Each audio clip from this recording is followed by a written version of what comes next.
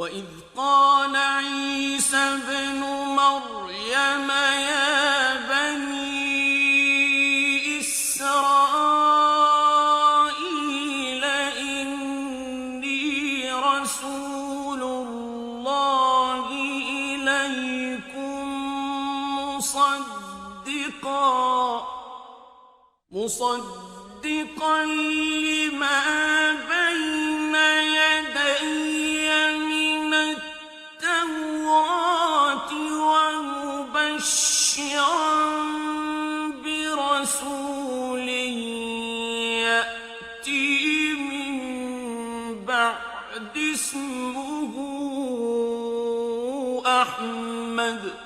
Au nom de Dieu, le clément, le miséricordieux, le très miséricordieux. Amis téléspectateurs, assalamu alaikum wa rahmatullahi wa barakatuh. Je vous souhaite la bienvenue aujourd'hui encore au plateau de Hadi TV pour votre programme Le prophète de l'islam dans la Bible.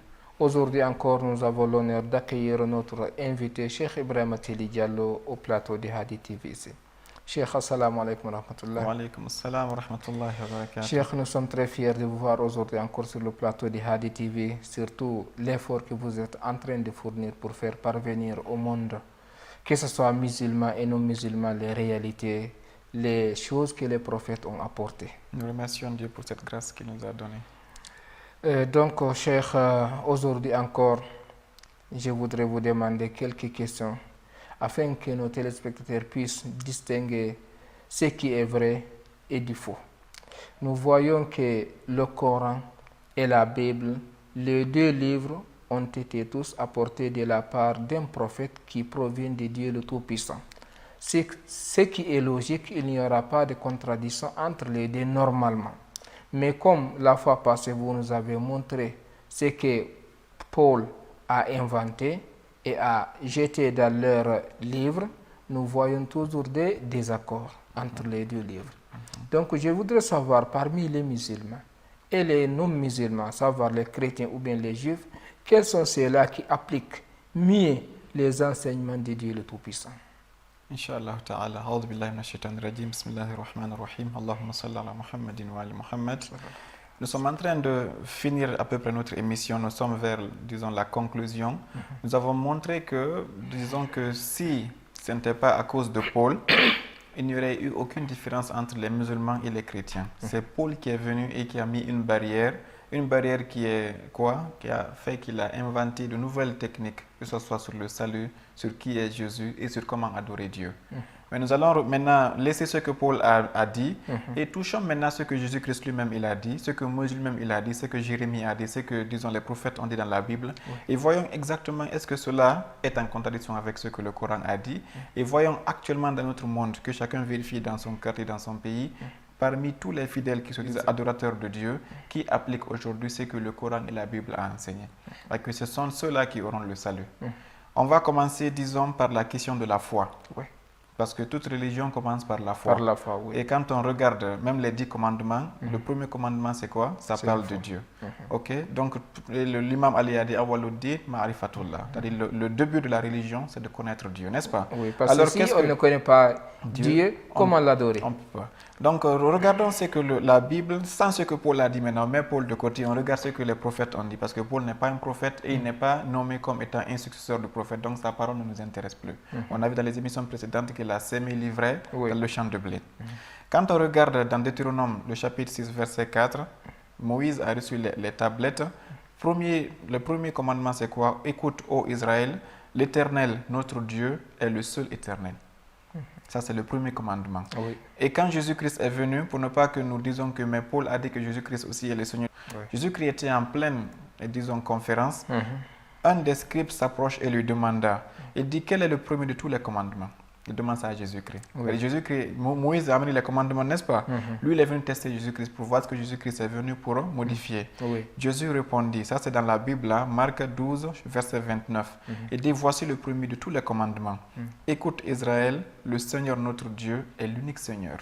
Moi, je ne suis pas Seigneur, moi Jésus-Christ, et je ne serai jamais Seigneur. Oui. Le seul et unique Seigneur, c'est Dieu. Oui. Et quand on regarde le Saint-Coran, Qul huwallahu ahad dit que Dieu, Allah, il est unique. Oui. Donc sur le plan de la foi, il n'y a pas deux seigneurs, il n'y a pas trois, comme on l'a dit. Qui a enseigné la Trinité, le Père, le Fils, le Saint-Esprit? C'est Paul qui l'a enseigné, Jésus-Christ ne l'a jamais enseigné.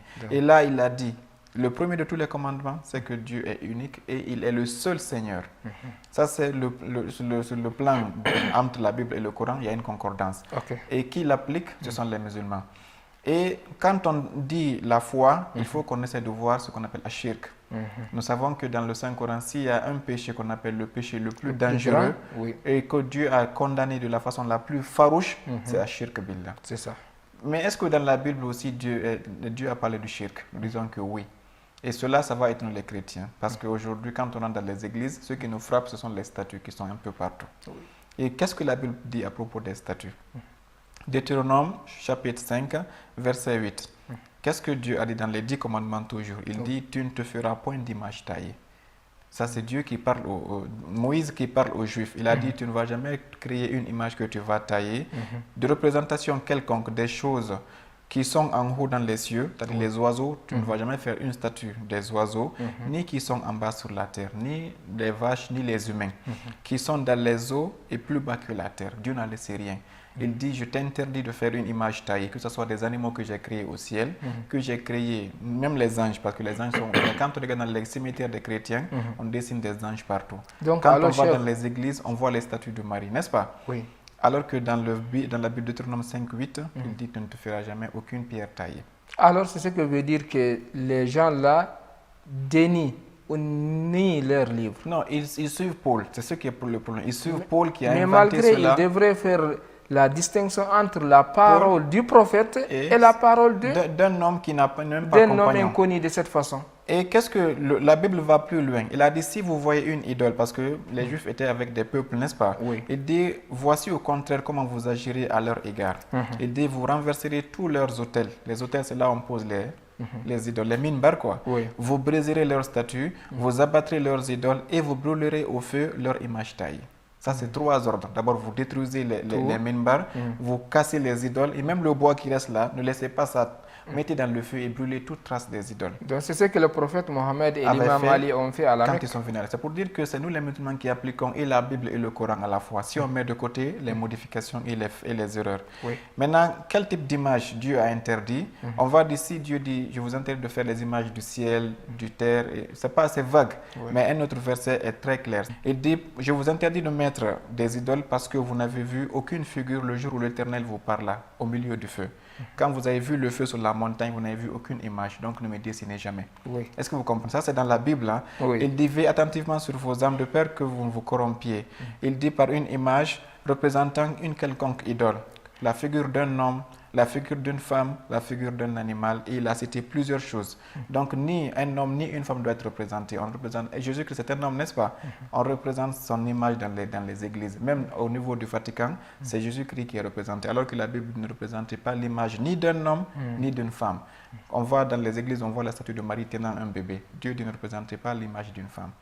Qu'est-ce que les chrétiens font de leur livre aujourd'hui? Alors, cher, au Vatican, il y a les plus grands guides des chrétiens se trouvent là-bas. Oui, pourquoi ils l'interdisent pas cela? Ils violent la Bible qu'ils prétendent. Alors que la Bible a bel et bien mentionné cela. Et aujourd'hui, qui respecte cela? Ce sont les musulmans. Donc alors, Cheikh, c'est ici que nous allons faire un appel aux chrétiens, aux juifs qui ne connaissent pas, d'aller fouiller leurs livres. Oui. À partir des adresses que vous êtes en train de nous donner ici, qu'ils aillent regarder ça et accepter ce que Dieu le Tout-Puissant a ordonné. Oui. Et de ne pas suivre seulement leur guide aveuglement de cette façon. Et pourquoi? Vous savez qu'est-ce que Paul a fait pour que cela ne marche plus? Quand tu demandes à un chrétien, mais la Bible a dit que les statues sont interdites, il va dire non, ça c'était les anciennes lois. Jésus-Christ, quand il est venu, il a changé la loi. Donc il nous a dit que la loi n'est plus là, c'est lui-même qui est maintenant la nouvelle loi. Jésus-Christ les a dit que c'est faux. Jésus-Christ, quand il est venu dans Matthieu 5, la première conférence qu'il a faite, c'était sur cette montagne. Tout le monde était étonné. Il se disait prophète. C'est comme une nouveauté, quoi. Tout le monde voulait savoir qui est-il. Est-ce qu'il est venu pour briser les anciennes lois? Est-ce qu'il est venu apporter une nouvelle loi? Il a dit, je ne suis pas venu pour abolir la loi. Ça, c'est Jésus-Christ qui l'a dit. Il a dit, ne croyez pas que je suis venu pour abolir, pas de mettre fin à la loi de Moïse. Je suis venu plutôt pour l'accomplir. c'est-à-dire pour la compléter, Oui. pour l'appliquer. Oui. Parce que vous avez abandonné la loi de Moïse. Je suis venu pour vous rappeler cette loi et l'accomplir en vous. Mais Paul vient, il dit non, Jésus-Christ n'a pas dit ça. Il a dit que la loi est inefficace. Vous voyez un peu l'erreur. C'est pour cela que quand un chrétien te lui parle, il dit non, ce qui est dans l'Ancien Testament, ça ne m'intéresse pas. Parce que Jésus-Christ, il est venu, il a changé. Jésus-Christ a dit non. Je ne suis pas venu pour abolir la loi, mais pour l'accomplir. Mais donc, alors, même si c'est vrai, même si Jésus-Christ, il est venu, il a dit que je suis venu avec une nouvelle loi, il mérite d'être suivi. Au moins, au minimum. Au Au minimum. Mais quelle est la différence? Quelle est la valeur de Paul devant Jésus? Aucun poids. Donc, ils doivent abandonner Ouais. Paul et suivre Jésus-Christ. Exactement. Et C'est pour conclure sur le plan des idoles, Dieu va jusqu'à maudire dans Deutéronome 27, verset 15, il dit « Maudit soit l'homme qui fait une image taillée ». C'est-à-dire il est en train de maudire même l'artisan qui... Oui, qui taille. C'est pas moi le chrétien qui va acheter la statue pour mettre dans mon église. Même celui qui crée l'image, Oui. il dit, ça c'est maudit soit l'homme qui fait une image taillée ou une image en fonte, abomination de l'Éternel. Il dit ça c'est une abomination. Ça c'est plus pire que ça. Dans Isaïe 42, 17, il dit, ils reculeront, ils seront confus, ceux qui se confient aux idoles taillées, ceux qui disent aux idoles de fonte, vous êtes nos dieux. Celui qui vient à l'église, s'agenouille devant Jésus-Christ dans un poteau, dans une croix, devant Marie, dit que c'est vous qui êtes notre Dieu. Dieu dit vous êtes maudits et vous allez reculer en enfer. Ça, c'est des versets qui sont clairs. Et qui respectent ceci aujourd'hui? Les musulmans. C'est les musulmans. Pourquoi? Parce que les chrétiens ne suivent pas Jésus-Christ, mais plutôt, ils sont des pauliens. Ce ne sont pas des chrétiens, mais plutôt des pauliens, malheureusement. Donc ça, c'est sur le plan de la foi. On a vu que la Bible et le Coran ne sont pas en contradiction. Et que s'il y a un peuple qui vit aujourd'hui, qui respecte ce que la Bible et le Coran a dit, ce sont ceux qu'on appelle les musulmans aujourd'hui, et pas les chrétiens ni les juifs. Ok, donc, Cheikh, le Coran, la Bible nous montre que Jésus-Christ était un envoyé de Dieu, il est un prophète, il n'est pas un Dieu. Et les statuts ne sont pas acceptés par la religion. Okay. Maintenant, allons dans les adorations. Okay. L'adoration aussi, nous allons voir que ce sont les musulmans qui respectent aujourd'hui la Bible et le Coran.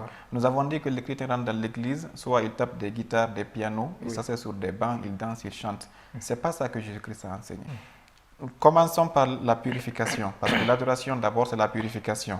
Quand on regarde dans l'Ancien Testament, le livre de Lévitique, le Lévitique c'est ce qu'on appelle le livre de la charia de la Bible. Quiconque veut comprendre la charia que Dieu a fait descendre sur la façon de se comporter, sur la façon de se purifier, qu'il aille lire les Lévitiques, surtout le chapitre 15. Il dit l'homme qui aura une pollution, c'est-à-dire qu'il va éjaculer, lavera tout son corps dans l'eau et sera impur jusqu'au soir. Ça, c'est dans Lévitique chapitre 15, verset 16. Quiconque va avoir une éjaculation, il est impur. Il faut qu'il se lave. Qui respecte ça aujourd'hui sont les musulmans. Les chrétiens disent que le bain rituel ne nous concerne pas. Au verset 18, il dit si une femme a couché avec un homme, son mari, ils se raveront l'un et l'autre.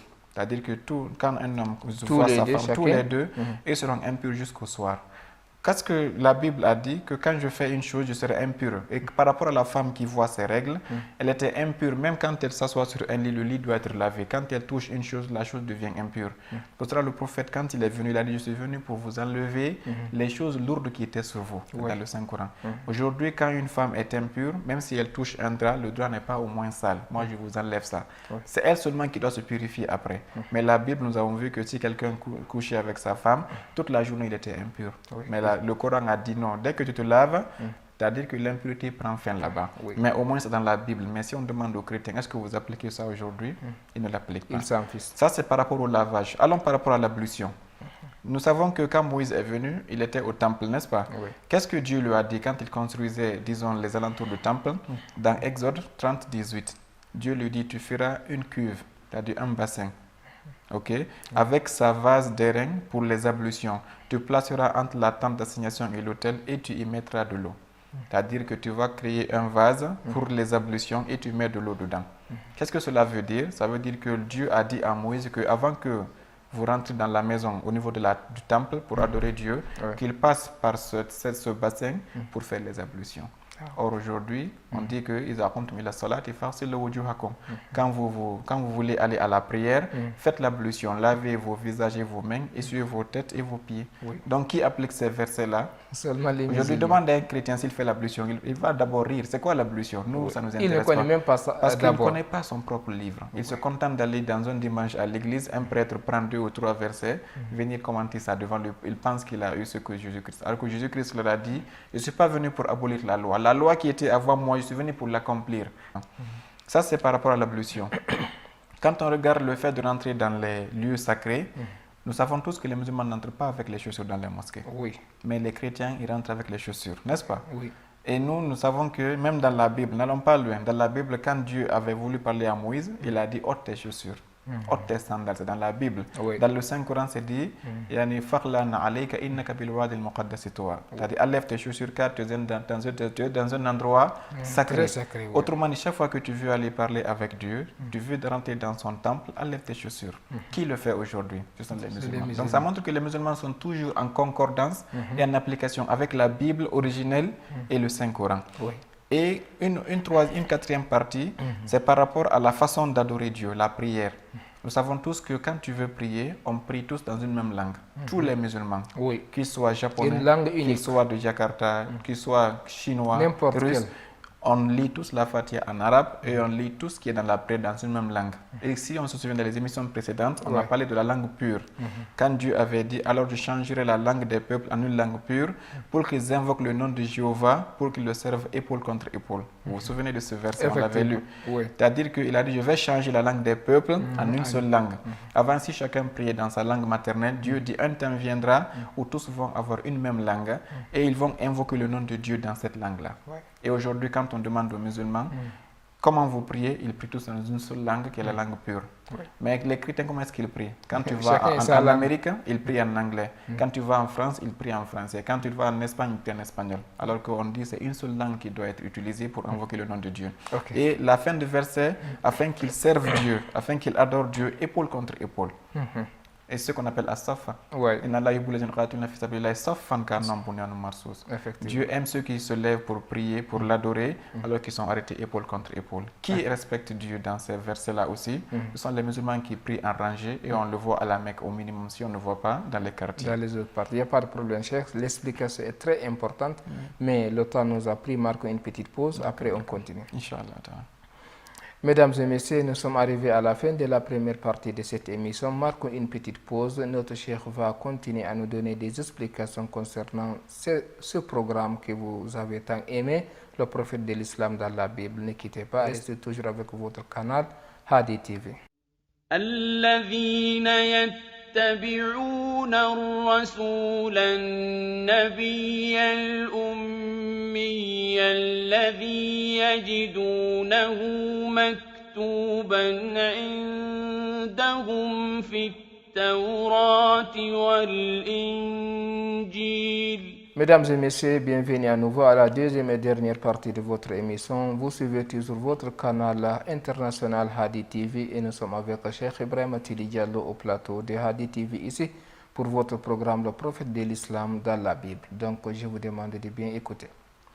Donc Cheikh, à la première partie, vous nous avez expliqué quelques points très importants concernant toujours l'unanimité entre les musulmans et les chrétiens. Quels sont ceux-là qui appliquent ce que Dieu a ordonné?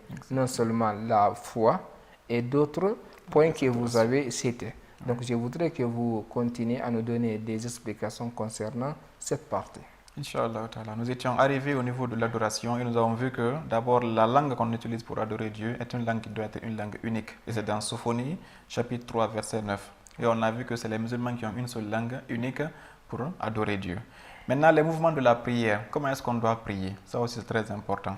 Quand on regarde dans les psaumes, c'est le prophète David, chapitre 95, verset 6, David dit, venez, prosternons-nous, courbons-nous, fléchissons le genou devant l'Éternel, notre Créateur. C'est-à-dire qu'il a cité trois positions. Venez, prosternons-nous, courbons-nous et fléchissons le genou. C'est-à-dire posons le genou par terre, courbons-nous et prosternons-nous. Trois positions. Il dit adorons Dieu, parce que les traductions sont un peu modifiées comme on l'avait, mais d'autres disent venez adorons Dieu. C'est par là qu'il a commencé. Qu'ils lisent le verset là dans d'autres versions, ils verront que le mot venez adorons Dieu, maintenant courbons-nous, fléchissons nos genoux, prosternons-nous. C'est comme ça qu'il a dit. Donc ça montre aujourd'hui que si on veut adorer Dieu, David dit il faut se prosterner. David dit il faut se courber. David dit il faut fléchir le genou. Qui fait cela dans la prière? Seulement les musulmans. Moi qui m'assois sur un banc pour taper une guitare, je sais que je suis en train de me tromper. Parce que je dis, pour adorer Dieu, il faut se prosterner.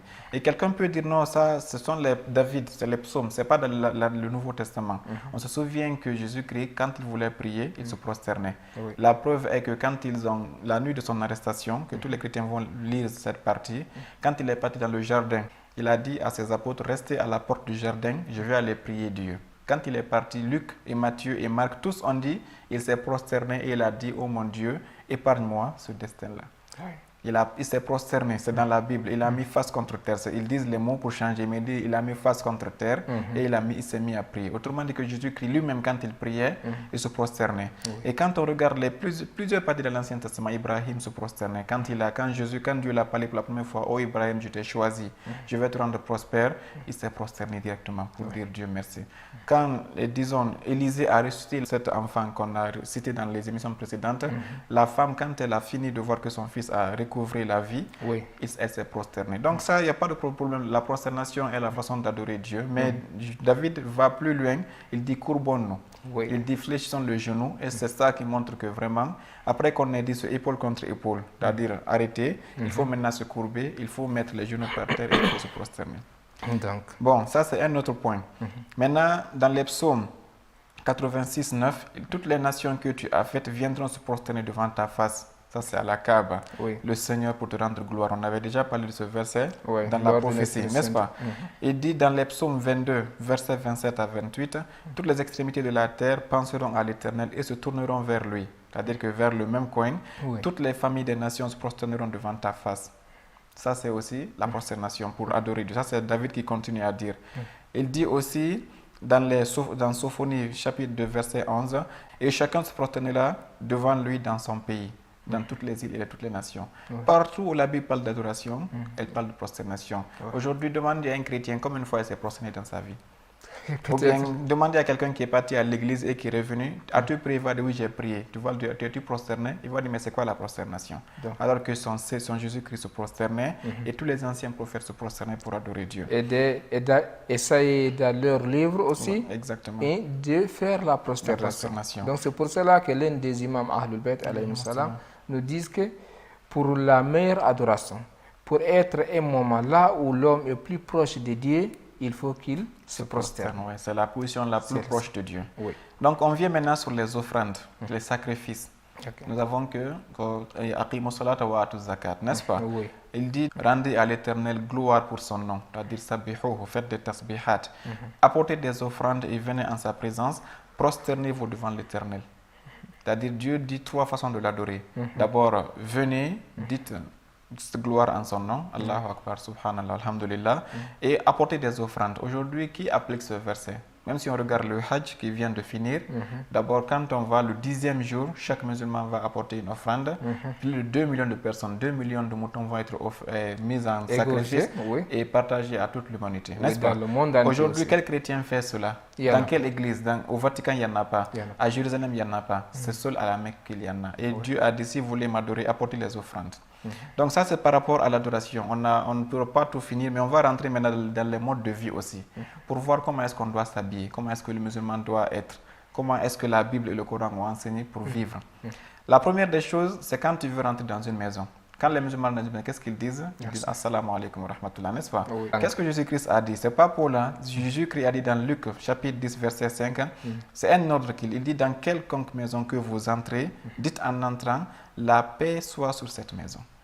Ça, c'est dans Luc, chapitre 10, verset 5. C'est comme si c'est l'islam qui l'enseigne. Exactement. Et dans Luc, au verset 6, chapitre 10, il dit, et s'il se trouve là un enfant de paix, votre paix reposera sur lui, sinon il reviendra à vous. Il dit, si vous saluez, ne dites pas s'il n'y a personne, je ne vais pas saluer. Saluez. S'il y a quelqu'un là-bas qui est digne de recevoir la paix, c'est pour lui. S'il n'y a personne, la paix vous reviendra. Ça, c'est Jésus-Christ qui donne un ordre. Et qu'ils aillent lire. Jésus-Christ, quand il a été arrêté et qu'il a voulu monter au ciel, il est apparu aux apôtres. Il a dit, paix soit sur vous. C'est dans la Bible. C'est-à-dire, assalamu alaikum. Assalamu alaikum, ça veut dire la paix soit sur vous. Jésus-Christ, c'est comme quand il parlait à ses apôtres, quand il est trouvé dans un coin, il disait assalamu alaikum avant de leur parler. Donc c'était pur l'islam qu'il enseignait. Exactement. Et ça, qui pratique ça, ce sont les musulmans. C'est pour cela que l'imam Hassan alayhi salam, l'un des patrons des jeunes du paradis, qu'est-ce qu'il disait? Il disait que si quelqu'un arrive à t'adresser le salut, il aura 69 bienfaits. Toi qui as répondu, tu auras 1. Donc, il nous montre l'importance de faire le salam. Et même son grand-père, le prophète Mohammed sallallahu alayhi wa sallam, autorisait des gens à faire le salut. Il dit afsu salam bainakum. Exactement. Donc, ça nous montre voyons que c'est que les vraiment, musulmans qui appliquent. Ce sont les musulmans qui ont accepté tous les prophètes. Tous les enseignements. Tandis que les personnes qui se disent que je suis chrétien ou bien je suis juif, ils n'ont pas appliqué ce que leurs prophètes ont apporté. Plutôt, ils ont pris ce que certaines personnes ont inventé et écrit dans leurs livres. Et nous racontons cela pour qu'ils se réveillent et qu'ils comprennent qu'ils se sont trompés de guide. Et la nourriture aussi, qu'est-ce qu'il faut manger? Allez dans Lévitique, vous allez voir toute la chaîne alimentaire que l'islam a interdit et interdit dans la Bible. Nous citons que les deux qui sont les plus connus, le porc et l'alcool. Il dit, ceux qui mangent de la chair de porc, des choses abominables et des souris, tout cela périront, dit l'Éternel. C'est un verset de la Bible. Ah non, c'est clair. Tous ceux qui mangent de la chair de porc, des choses abominables et des souris, tout cela périront, dit l'Éternel. Ça, c'est un verset de la Bible. Un verset très clair aussi. Et ce n'est pas seulement qu'il a parlé de la chair de porc. Chaque fois qu'il cite le porc, il dit c'est abominable. Mais aujourd'hui, quand on regarde les chrétiens, ils consomment le porc. Et à propos du vin aussi, il dit que le vin est une abomination. Évitez-en. C'est-à-dire qu'on peut pas citer tous les versets. Alors, c'est ce qui est rendu maintenant licite dans tous leurs pays. C'est pas même dans l'église. C'est-à-dire qu'ils donnent du vin aux gens. Le jour, ils ont des cérémonies spéciales. Le vin. Dans l'église, il y en a. Alors que la Bible dit que le vin, c'est de l'abomination. Donc, alors, ils sont contre leurs prophètes. Mais ils n'appliquent pas ce que les prophètes ont apporté. On dit ça pour qu'ils aillent faire des recherches. Et ils verront. Allons par rapport au mode vestimentaire, par rapport au voile de la femme. Quand on regarde dans 1 Corinthiens, verset 11, chapitre 5 à 6, avant même d'aller dans la Bible, disons la statue de Marie. Qui a une fois vu la statue de Marie sans voile? Jamais, personne. Parce qu'ils disent que Marie, même eux-mêmes, ils font les statues, n'est-ce pas? Ils mettent dans leur église, mais ils voient que Marie a les voiles. Mais toutes les femmes qui s'asseyent devant la statue ont des mèches et ont les cheveux laissés comme ça, n'est-ce pas? Lisons dans la Bible, qu'est-ce que la Bible a dit à propos du voile. 1 Corinthiens, chapitre 11, verset 5 et verset 6. Toute femme, au contraire, qui prie ou qui prophétise la tête non voilée, déshonore son chef. Toute femme qui prie, parce que dans l'église, ils vont sans voile, n'est-ce pas? Toute femme qui prie ou bien qui prophétise alors que la tête est non voilée, il déshonore son chef. Il déshonore son mari et Dieu à la fois.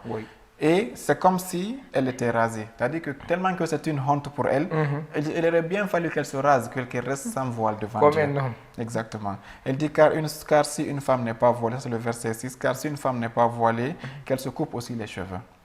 Or, s'il est honteux pour une femme d'avoir les cheveux coupés ou d'être rasée, qu'elle se voile. Ça, c'est maintenant, c'est très clair. Ça, c'est le 1 Corinthiens, chapitre 11, verset 5 et verset 6.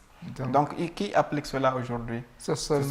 Quand on parle du voile, tous les problèmes que l'Occident a avec la femme... Alors, chef, c'est très étonnant de voir leurs guides dans leur église, sachant qu'ils savent ce qui se figure dans leurs livres, mais ils abandonnent, ils cachent, ils dissimulent ces réalités-là sans dire ça aux chrétiens et aux juifs. Malheureusement. Et alors qu'ils jettent ces gens-là dans l'enfer. Dans la perdition. Et on voudrait conclure aujourd'hui, Inch'Allah, en remerciant tout le monde de nous avoir suivis. C'est par rapport à l'infaillibilité des prophètes. Les musulmans croient que tous les prophètes qui ont été envoyés sont des hommes parfaits et infaillibles. Ils ne commettent jamais le moindre des fautes, ni avant qu'ils soient mandatés comme prophètes, ni après leur mission. Tandis que dans la conception de les prophètes boivent l'alcool, les prophètes font l'adultère, et subhanallah. Donc on ne peut pas parler de ça parce que ça humilie les prophètes. Mais pour dire que même sur le point du respect des prophètes, les musulmans disent que nous croyons à tous les prophètes sans distinction. Nous ne faisons de faveur entre aucun d'entre eux, et nous savons qu'ils sont tous ce que Dieu a rendu. Voilà, et nous respectons que ce sont des lumières venues de la part de Dieu et ils ne commettent aucun péché. Donc arrivé ici, nous demandons à Dieu de nous accorder sa bénédiction et d'aider à conscientiser le monde afin de découvrir la vérité et d'avoir l'audace de la suivre. Car on peut découvrir la vérité, mais voir que j'ai mes parents, j'ai ma posture, j'ai ma renommée et refuser de suivre. Donc que Dieu nous donne la chance de découvrir la vérité et aussi la chance de l'accepter et que Dieu l'agrée. Ici, Assalamu alaikum wa rahmatullahi. Ok, wa alaikum salam wa rahmatullah. Cheikh, vraiment nous vous remercions de ces efforts que vous avez tant fournis afin de servir le monde. Que Dieu vous rétribue d'une meilleure rétribution de ce bas monde et l'au-delà surtout. Amen. Et nous demandons à nos téléspectateurs aussi de bien distinguer les choses, de bien faire des investigations dans leurs livres afin de bien prendre ce qui est réel, ce que les prophètes ont apporté, et abandonner ce qui ont été inventés par des gens qui ont voulu détruire la religion de Dieu le Tout-Puissant. Donc nous vous remercions, Cheikh. Et ainsi qu'à vous aussi. Mesdames et messieurs, nous vous remercions d'être avec nous pendant tout ce programme, le prophète de l'islam dans la Bible. Nous n'avons pas pu traiter tout ce que nous avons voulu car le temps nous a pris. Mais Inch'Allah, nous demandons Dieu le Tout-Puissant de nous donner le temps et la chance afin de se retrouver toujours sur le plateau de Hadi TV pour un autre programme concernant toujours l'islam, le christianisme et l'autre religion encore, afin que vous puissiez bien distinguer les choses, afin que nous adorons Dieu selon la volonté de Dieu, afin que nous puissions accéder au paradis avec les prophètes. Donc d'ici là, portez-vous bien. Wassalamu alaikum wa rahmatullahi wa barakatuh.